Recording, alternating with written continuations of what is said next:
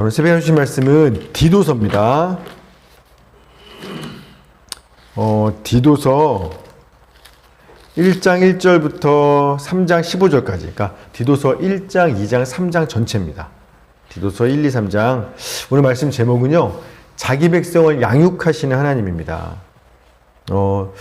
디도서는요, 3장밖에 안 되는 짧은 편지입니다.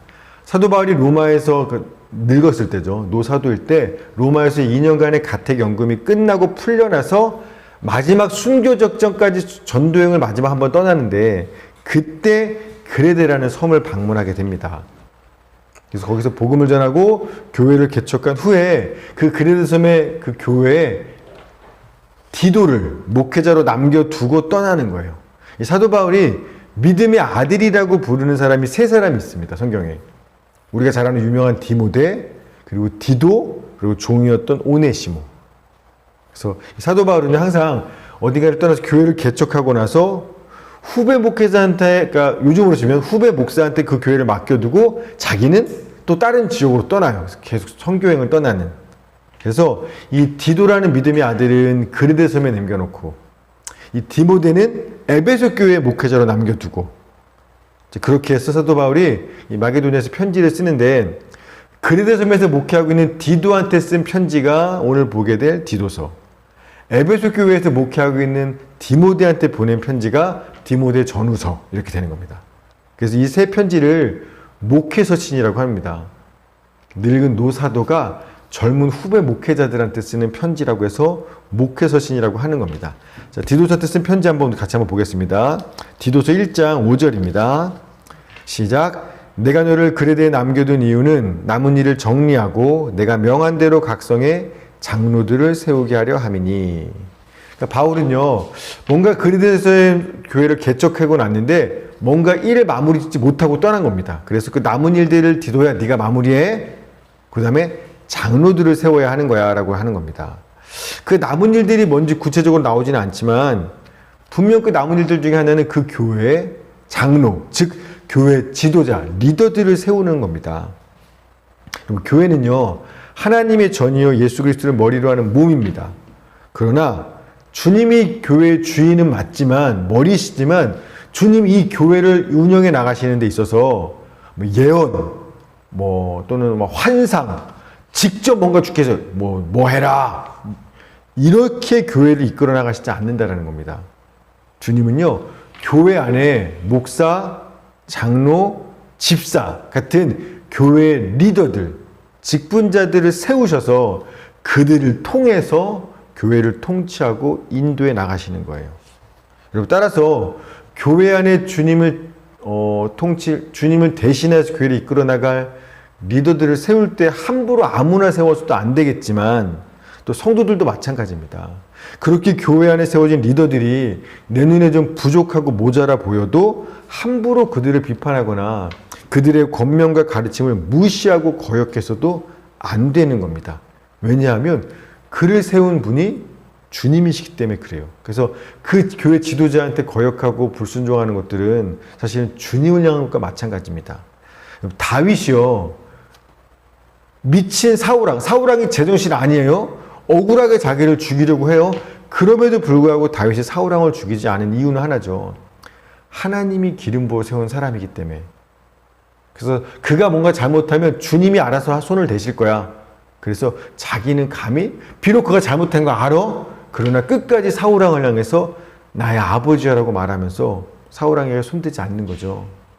우리가 교회 향해서도 마찬가지인 겁니다. 주님은 교회를 치료해 나가실 때 당신이 직접 음성이라든가 환상을 통해서 하시는 게 아니라 당신이 세운 교회 지도자들을 통해서 교회를 운영하시기 때문에 그런 겁니다.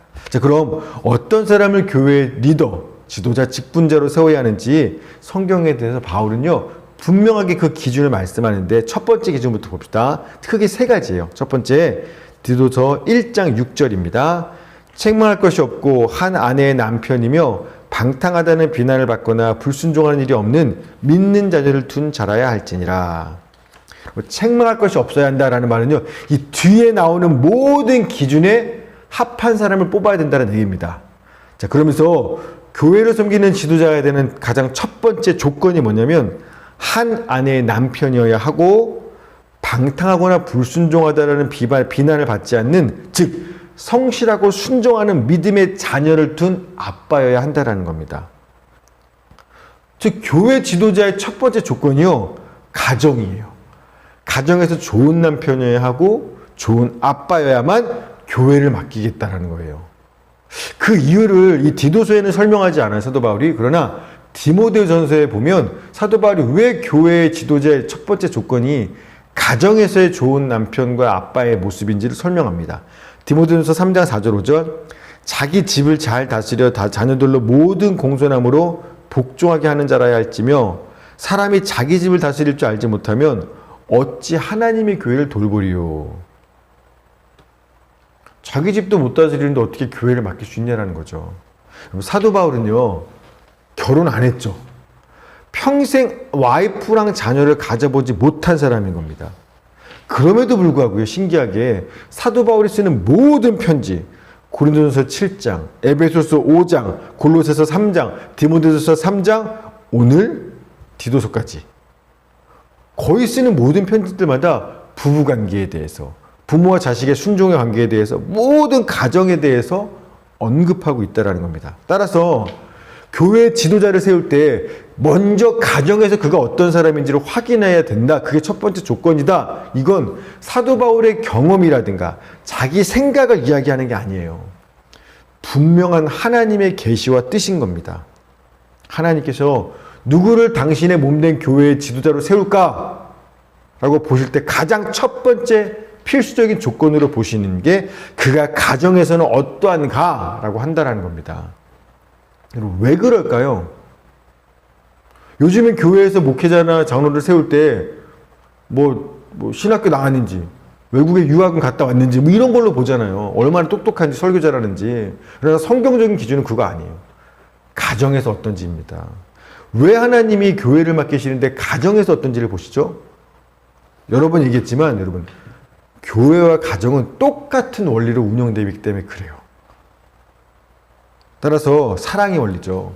가정에서 연약한 아내를 귀하게 여기고 사랑하는 남편이고, 그 어린 자녀들을 주님께 순종하는 믿음의 사람으로 양육하고 가르칠 수 있는 그런 아빠의 역할을 잘 감당하는 사람만이 교회에서도요, 하나님의 자녀들의 성도들을, 나보다 믿음이 연약한 그들을 귀하게 여기고 사랑할 줄 여기고 하고요, 그들을 주님의 충성된 자녀로 양육하고 가르칠 수 있기 때문에, 그러니까 가정에서 남편과 아빠로 할 일이 바로 교회에서 할 일과 똑같은 겁니다. 그래서 가정에서 어떤 사람이냐에 따라서 그 사람에게 교회를 맡긴다라는 겁니다. 그 옛날 저보다 선배 목사님들, 옛날 목사님들은요, 이 교회를 향한 열심과 열정이 대단했습니다. 그런데 아쉬운 건 뭐냐면 교회에 올인하는 만큼 사실은 가정에는 소홀했다라는 게 안타까운 점인 겁니다. 오카네 목사님이 소천하시기 전에 평생을 돌아보시면서 후회할 일이 뭐가 있냐고 이렇게 소명하시는데 이렇게 하시더라고요. 가정에 대해 소홀했던 거, 내 아내와 자식들에게 잘 하지 못했던 거, 충분한 시간과 보내지 못했던 거. 그래서 그 장례식 때 보니까, 오카네 목사님 장례식 때 오카네 목사님 그 사진을 두고, 영정 사진을 두고 자녀들하고 사모님하고 가족 사진을 찍는 거예요. 그러면서 막 사람들 손도 다 있는 앞에서, 그러면서 그 큰아드님이 이런 얘기 하더라고요. 아버지가 워낙에 바빠서, 평생 동안 바빠서 교회 일하시니라 아버지와 가족 사진 찍은 게 한 장이 없어요. 아버지를 집에서 별로 본 적이 없어요. 그래서 이렇게라도 아버지 보내기 전에 가족 사진 하나 남기려고 하는 겁니다. 라고 하는데 좀 가슴이 좀 씁쓸했어요. 물론 목회자들이, 교회 지도자들이 주님의 교회에 헌신하고 충성하느라 가족을 잘 못 돌봤음에도 불구하고 하나님께서 은혜로 자녀들을 잘 키워주신 경우, 가정이 깨지지 않게 하신 경우가 많죠. 그런 간증들 많죠. 여러분, 그러나 그건 진짜 은혜예요. 은혜인 거예요. 하나님의 분명한 명령은 네가 진짜 교회 지도자가 맞다라면 먼저 내가 너한테 맡겨준 아내와 자녀들, 그들을 돌보는 거, 그 일을 잘 감당하는 거가 것이야말로 사실 교회 지도자로서의 가장 첫 번째 조건인 겁니다. 하나님 그거 확인하시는 거예요. 마태복음 25장 21절에 이런 말씀 있죠. 그 주인이 이르되 잘하였도다 착하고 충성된 종아, 네가 적은 일에 충성하였으면 내가 많은 것을 내게 맡기리니 내 주인의 즐거움에 참여할지어다 하고. 여러분, 우리가 진짜 주님의 몸된 교회를 맡아 섬기는 영광스러운 일을 사모한다면 지금 해야 될 가장 중요한 일이 뭔지 압니까? 작은 일이에요. 지금 내 곁에 있는 가장 가까운 사람들에게 좋은 부모가 되고, 좋은 자녀가 되고, 좋은 친구가 되고, 좋은 형제가 되는 거, 이 작은 일에 충성하게 되는 거, 이게 지금 우리가 할 일인 겁니다. 그 모습을 보고 주님께서 너 같은 사람이라면 내 몸된 교회를 맡겨도 되겠다. 그런 사람들을 교회를 맡을 리더, 목사, 장로, 집사의 직분자로 세워주신다라는 겁니다. 이게 첫 번째 교회의 지도자가 될 조건이고, 두 번째 조건은 뭐냐면 디도서 1장 7절입니다. 감독은 하나님의 청지기로서 책망할 것이 없고 제 고집대로 하지 아니하며 급히 분내지 아니하며 술을 즐기지 아니하며 구타하지 아니하며 더러운 이득을 탐하지 아니하며. 감독과 장로는 같은 말이에요. 이 장로는 어떤 지위, 직분을 중심으로 한 명칭이고요.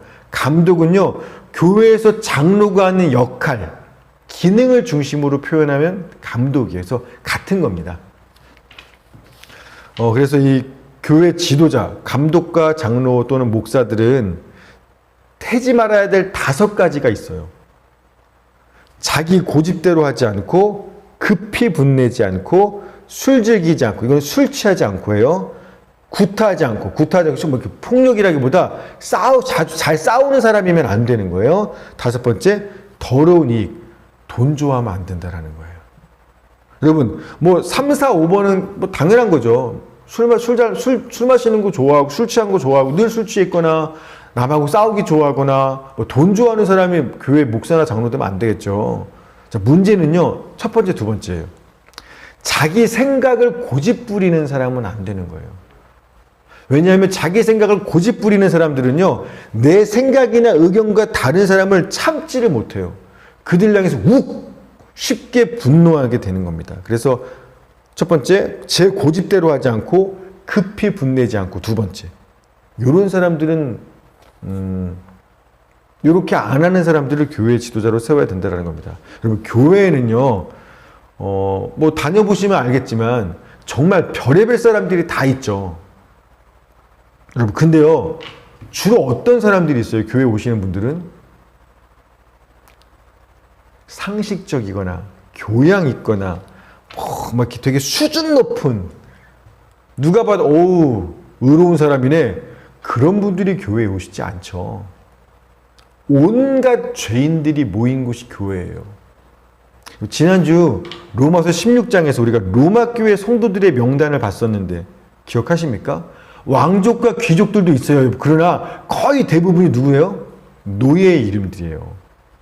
사회의 가장 하층민들, 멸시받고 천대받고 없는 사람들, 그들이 교회의 주요 멤버들입니다. 뭐 세상에 부유하고 잘나는 사람들이 예수 믿을 일이 없겠으니까요.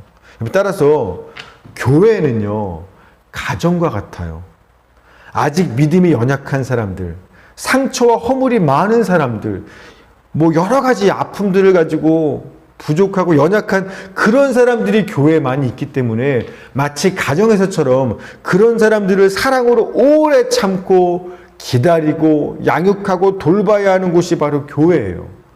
따라서 자기 고집이 세고 급히 분내는 사람들한테 교회를 맡기면 교회는 세워지는 게 아니라 그 지도자들을 통해서 다 상처받고 시험 들어서 교회가 무너져 버리게 되는 거예요. 그래서 이런 사람들은요, 자기 고집이 세고 급히 분내는 사람들은 교회 지도자로 맡길 수 없다라는 겁니다. 자, 세 번째, 교회 지도자로서 가져야 할 조건이 뭐냐면, 하지 말아야 될 게 5가지라면 그러면 가져야 될 성품, 긍정적인 조건은 7가지 성품이 있어요. 자, 디도서 1장 우리 8절 9절입니다. 디도서 1장 8절 9절 우리 같이 한번 읽어봅시다. 8절 9절 시작.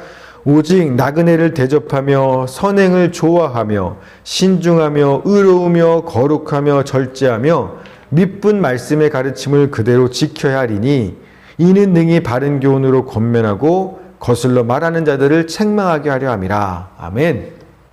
첫 번째 나그네 대접, 두 번째 선행, 세 번째 신중함, 네 번째 의로움, 다섯 번째 거룩함, 여섯 번째 절제, 일곱 번째 말씀 그대로 내가 지키며 사는 삶. 요 조건을 가진 사람을 교회 지도자로 세워야 한다는 겁니다. 이게 두 개씩 묶어서 이해하면 좋을 것 같아요.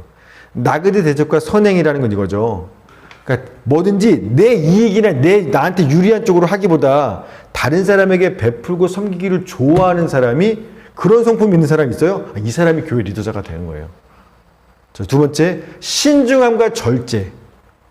그러니까 어떤 일에 섣불리 판단하거나 내 생각이나 감정을 급하게 행동하는 사람 말고요. 스스로의 감정이나 행동을 통제하고 절제할 줄 아는 사람. 그래서 어떤 일이 있을 때 주님의 뜻은 뭘까?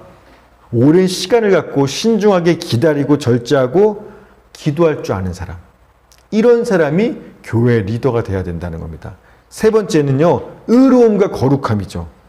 즉 하나님과 사람들 앞에서 책망할 게 별로 없는 바르고 의롭게 살아가는 사람이 있어요. 그런 사람을 교회 지도자로 세워야 한다는 겁니다. 특별히 일곱 번째 조건이 말씀대로 사는 사람을 얘기하는 거죠. 그리고 교회 지도자는요, 하나님 말씀을 설교하는 사람이에요. 맞아요. 가르치는 사람 맞아요. 그러나 그 말씀 그대로 자기가 먼저 살 수 있는 사람이어야 해요. 말하는 거 누가 못해요. 말한 대로 살 수 있어야 교회 지도자가 되는 겁니다. 왜냐하면 이유가 설명하죠. 그래야 거짓과 불순종의 잘못된 길을 가는 다른 사람들을 바른 교훈으로 권면하고 책망할 수 있기 때문에 그렇습니다. 지도자의 역할은요, 성도들이 잘못된 길을 가는 거 막고 바른 길로 인도해야 되는 건데, 만약에 지도자가 말만 하지 자기도 말씀대로 안 살아요. 그러면 성도들한테 뭔가 권면했을 때 듣겠습니까? 유명한 말 하겠죠. 너나 잘하세요 하겠죠. 그러니 지도자로서 교회를 바른 길로 인도하는 걸 못하는 거예요. 성도들이 말을 듣지 않을 거니까. 따라서 교회 지도가 되려면 설교 말씀을 가르칠 뿐만 아니라 본인이 그 말씀 그대로 실제로 살아낼 수 있는 사람이 교회 지도자가 되는 조건입니다. 여러분, 지금 우리는 세 가지 부류의 어떤 교회 지도자 조건을 보셨는데, 이거 들으시면서 무슨 생각하고 들으셨습니까? 혹 이거 들으시면서 그래, 우리 목사님은 이 기준에 맞나 안 맞나 한번 점검해보자. 저를 요리조리 판단하면서 한번 목사님은 목사면 안 됐었네, 자격미달이네, 저를 판단하면서 들으셨나요?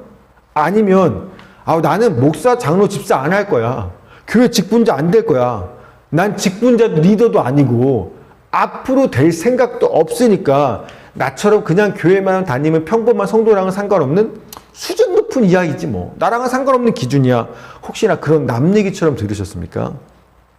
여러분, 지금 사도 바울이 이야기한 이런 교회 지도자의 이런 성품과 삶의 모습을 갖는 건 교회 리더들만 그래야 한다는 게 아니에요.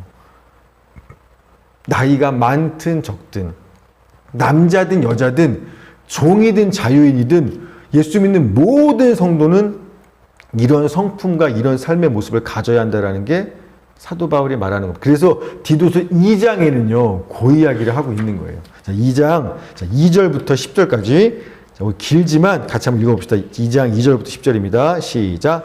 늙은 남자로는 절제하며 건건하며 신중하며 믿음과 사랑과 인내하며 온전하게 하고, 늙은 여자로는 이와 같이 행실이 거룩하며 모함하지 말며 많은 술의 종이 되지 아니하며 선한 것을 가리키는 자들이 되고, 그들로 젊은 여자들을 교훈하되 그 남편과 자녀를 사랑하며 신중하며 순전하며 집안일을 하며 선하며 자기 남편에게 복종하게 하라. 이는 하나님의 말씀이 비방을 받지 않게 하려 함이라. 너는 이와 같이 젊은 남자들을 신중하도록 권면하되 범사에 내 자신이 선한 일에 본을 보이며 교훈에 부패하지 아니함과 단정함과 책망할 것이 없는 바른 말을 하게 하라. 이는 대적하는 자로 하여금 부끄러워 우리를 악하다 할 것이 없게 하려 함이라. 종들은 자기 상전들에게 범사에 순종하여 기쁘게 하고 거슬러 말하지 말며 훔치지 말고 오히려 모든 참된 신실성을 나타내게 하라. 이는 범사에 우리 구주 하나님의 교훈을 빛나게 하려 함이라. 아멘.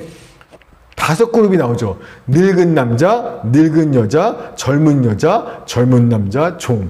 그러니까 모든 성도예요. 나이가 많든 적든 남자든 여자든 중이든 저이든 모든 예수 믿고 구원을 받은 모든 성도는 절제하며 경건하며 신중하며 믿음과 사랑과 인내에 온전하며 행실이 거룩하며 순전하며 남편과 자녀를 사랑하며 선한 일에 본을 보이며 책망할 것이 없는 바른 말하며 범사에 순종하며 모든 참된 신실함을 드러내는 삶을 살아야 하는 겁니다. 아까 리더의 조건하고 똑같죠. 직분자는 아니라 똑같은 거예요. 즉 사도 바울은요, 단순히 야 디도야 후배 목사 너 그래도 교회에 이런 조건에 맞는 사람 누군가 한번 잘 찾아봐. 그래서 그런 사람을 교회 지도자로 세워라고 말하는 것만은 아닌 거예요. 만약 우리 교회에서 이 조건에 해당하는 사람을 다 찾으자면 누가 있겠어요? 없어요. 사도 바울이 디도한테 말은 뭐냐면 디도야 네가 맡고 있는 그리스도 교회 모든 성수에 있는 성도들이 이러한 성품과 삶의 모습을 갖추도록 목회자인 네가 부지런히 열심히 잘 가르치고 양육해야 한다라는 겁니다.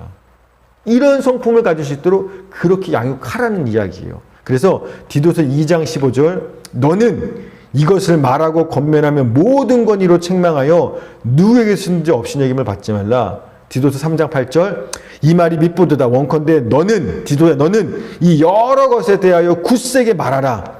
이는 하나님을 믿는 자들로 하여금 조심하여 선한 일을 힘쓰게 하려 함이라. 이것이 아름다우며 사람들에게 유익하니라. 지금 이런 내용들에 대해서 계속 가르치고 말하고 그래서 성도들을 바른 믿음에 세워나도록 양육해야만 해. 지금 그 얘기하는 겁니다. 여러분 예수님께서 왜 우리를 대신하여 십자가에 죽으셨죠? 불쌍해서가 아니에요. 예수님이 우리를 대신하여 죽으신 분명한 목적이 있습니다. 그게 2장 14절입니다. 그가 우리를 대신하여 자신을 주심은 모든 불법에서 우리를 속량하시고 우리를 깨끗하게 하사 선한 일을 열심히 하는 자기 백성이 되게 하려 하심이라. 즉 우리가 더 이상 육신의 정욕과 불의와 불법을 행하던 옛날 그런 죄들을 짓지 않고 이제는 선한 일을 열심히 하는 하나님의 백성이 되게 만드시려고 우리를 죄에서 구원하신 거예요. 그러니 그렇게 만들어야 될 사명이 교회 목회자한테 있는 겁니다. 여러분 선한 일을 열심히 하는 하나님의 백성 되면 좋은 점이 뭐예요? 그건 3장 7절에 있습니다. 우리로 그의 은혜를 힘입어 의롭다 하심으로도 영생의 소망을 따라 상속자가 되게 하려 하심이라. 여러분 하나님의 백성은요 예수님으로 말미암아 하나님과 새로운 관계, 그분의 백성, 그분의 자녀가 되는 새로운 관계를 맺었어요. 따라서 우리는 앞으로 하나님 나라를 물려받는 상속자가 되는 겁니다. 여러분 하나님께서 예수님 십자가에 내어주시고 우리를 구원하신 궁극적인 이유와 목적이 뭐다? 우리에게 하나님의 나라를 상속시켜 주기 위해서, 우리를 천국에 들여보내기 위해서 우리를 구원하신 겁니다. 따라서 이러한 나는 하나님 나라의 상속자야, 이러한 천국 소망을 가진 모든 성도들은요 예수 믿기 전과 똑같은 세상에 살아요. 그러나 그 소망을 갖기 전과 후의 삶이 완전 다른 삶을 살아가는 게 마땅한 거예요. 자, 디도서 2장 12절 13절 우리를 양육하시되 경건하지 않은 것과 이 세상 정욕을 다 버리고 신중함과 의로움과 경건함으로 이 세상에 살고 복스러운 소망과 우리의 크신 하나님 구주 예수 그리스도의 영광이 나타나심을 기다리게 하셨으니 아멘. 즉 이 세상에 경건하지 않은 것과 정욕들은 다 버리고 이제는 신중함과 경건함과 의로움으로 세상을 살아가면서 영광 중에 다 주실 주님을 기다리는 그 복스러운 소망을 품고 그분을 기다리며 날마다 선한 일을 하는데 열심을 하며 살도록, 이게 성도의 삶이에요. 이게 우리를 구원하신 목적이에요. 불쌍해서 구원한 게 아니라 이런 천국 소망을 갖고 오늘 더 이상 죄 지면 안 되고 오늘 선한 일을 열심히 살아, 의롭고 경건하게 살아, 이게 우리를 구원하신 목적이라는 겁니다. 그런데요 여러분 이 문장 잘 보세요. 12절 13절 우리 보고 세상 경건하지 않은 것들 다 버리고 의롭고 경건하고 신중하게 살라고 하시는 겁니까? 아니면 하나님이 우리를 그렇게 살도록 만들어 주시겠다라는 거예요? 후자죠. 우리를 양육하시되 기다리게 하도록 하신다라는 겁니다. 양육하다라는 게 우리를 훈련시키다, 가르치다, 교훈하다라는 거예요. 즉 우리가 세상 더러운 것도 내버리고 주님 원하시는 선한 일하는 귀한 사람으로 살도록 하나님께서 우리를 양육하고 가르치고 교육하고 만드시겠다라는 겁니다. 우리 보고 그렇게 살라라는 얘기가 아니라 하나님이 하시겠다는 겁니다. 어떻게요? 두 가지를 통해서입니다. 첫째, 하나님은요, 디도와 같이 교회 지도자들을 세워서 그들의 바른 교훈과 가르침을 통해서 우리를 하나님의 사람으로 양육해 나가시는 거예요. 그래서 디도한테 계속해서 너는 계속 가르쳐야 돼. 바른 교훈을 지시해야 돼. 이게 성도를 주님의 사람으로 양육하는 하나님의 방식인 겁니다. 또 다른 두 번째 방식은 뭐냐면 우리의 마음을 새롭게 하시는 성령의 역사하심을 통해서, 이 두 방식을 통해서입니다. 디도서 3장 5절 6절 우리를 구원하시되 우리가 행한 바 의로운 행위로 말미암지 아니하고 오직 그의 긍휼하심을 따라 중생의 씻음과 성령의 새롭게 하심으로 하셨나니 우리 구주 예수 그리스도로 말미암아 우리에게 그 성령을 풍성히 부어주사. 우리 마음에 성령을 주셔서 우리 마음을 새롭게 하시는 성령의 풍성한 역사하심을 통해서 우리를 하나님의 자녀답게 천국의 소망에 들어가기 합당한 사람답게 양육하시는 겁니다.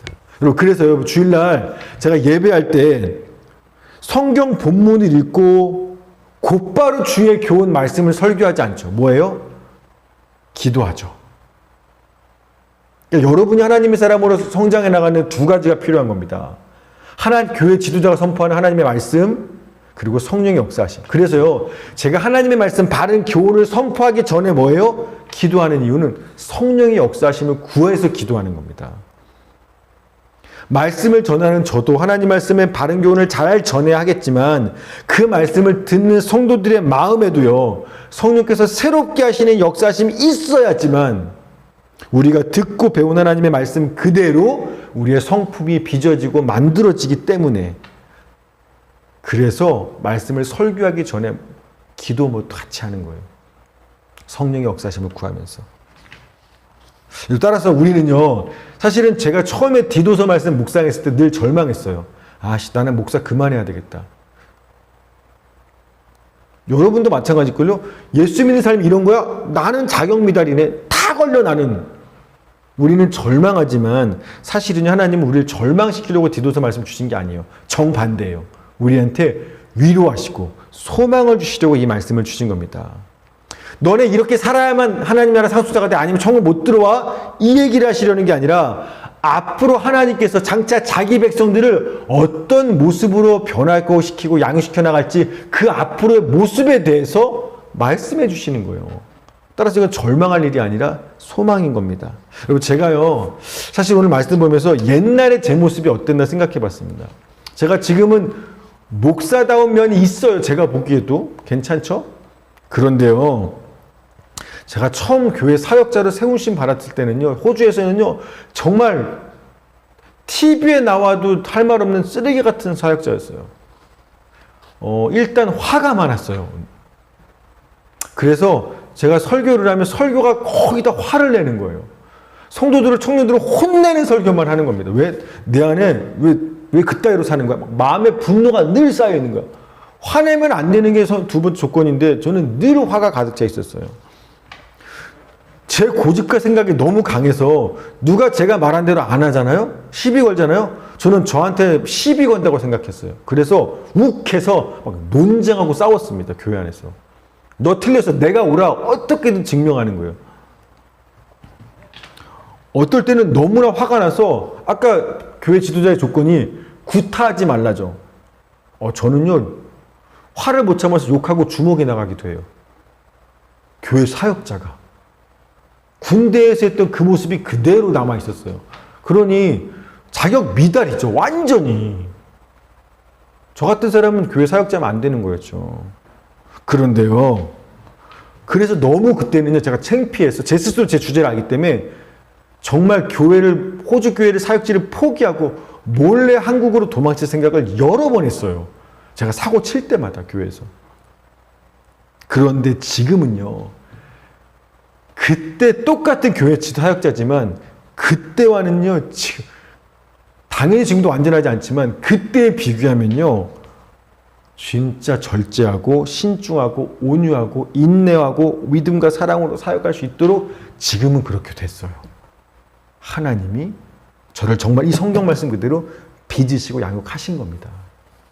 사랑하는 여러분, 말씀을 맞추면 하나님께서 자기 백성 우리를 양육하시는데 주의 백성답게 만들어 나가시는데 두 가지를 통해서 합니다. 먼저 누굴 통해서요? 당신이 세우신 교회의 지도자들을 통해서 여러분들을 양육하십니다. 따라서 주님께서 교회의 지도자로 세우신 목회자가 전하는 교훈과 권면과 책망을 여러분 겸손히 하나님의 말씀으로 들으셔야만 합니다. 아, 목사 너는 그렇게 생각하는구나. 그렇게 하시면 안 돼요. 너랑 나랑 생각이 틀리네. 그러시면 안 되는 거예요. 주님은 교회 지도자를 통해서 지도자가 전하는 교훈과 책망과 말씀을 통해서 여러분들을 주님 뜻대로 빚어 나가시는 겁니다. 그래서 늘 겸손한 마음으로 하나님 말씀처럼 들으셔야만 하는 겁니다. 그게 첫 번째. 자, 두 번째, 항상 성령 충만을 구하셔야 되는 거예요. 여러분 마음이 완악하거나 교만하게 굳지 않도록 늘 어린아이 마음처럼 주님을 향해 가난한 심령과 간절하고 마음 상태가 유지할 수 있도록 늘 성령의 충만하심을 기도하셔야만 합니다. 여러분 그렇게 이 두 가지만 하시면 여러분 지금 어떤 모습이신지 간에 시간이 지날수록 놀랍도록 하나님께서 우리를 진짜 오늘 디도서의 말씀처럼 그 하나님의 자녀의 성품답게 그런 삶의 모습으로 양육해 나가실 것입니다. 우리 그런 모두가 되기를 주님의 이름으로 축원합니다. 아멘. 하나님 감사합니다. 오늘도 디도서 말씀을 통해서 우리를 절망케 하시는 게 아니라 넌 자격 미달이야. 넌 아웃이야. 라고 말씀하시는 게 아니라 우리를 위로하고 소망을 주시는 하나님 감사합니다. 주님께서 우리를 하나님의 자녀답게 키우시고 빚어내시고 양육하시다라는 말씀이 얼마나 힘이 되는지 모릅니다. 부모의 책임은 자식을 키워내는 거겠죠. 하물며 하나님 아버지께서 우리를 구원하심이 맞다라면, 우리를 자녀 삼으시고 백성 삼으시기 맞다라면 어떻게 내버려 두겠습니까? 그분이 힘을 다하여 전능하신 능력으로 우리를 양육하지 않겠습니까? 하나님 주님은 두 가지 방식을 통해서 우리를 양육하십니다. 세우신 교회의 지도자들이 전하는 말씀을 통해서, 그리고 성령을 통해서 우리 마음을 새롭게 하심으로 우리를 양육하시는데, 우리 사랑하는 성도님들, 주님의 그 만드심 앞에, 우리를 만지심 앞에 나를 온전히 내어 맡김으로 말미암아 지금은 내 모습이 부족하지만 점점 시간이 지날수록 예수님 닮은 모습으로 변해져 나가는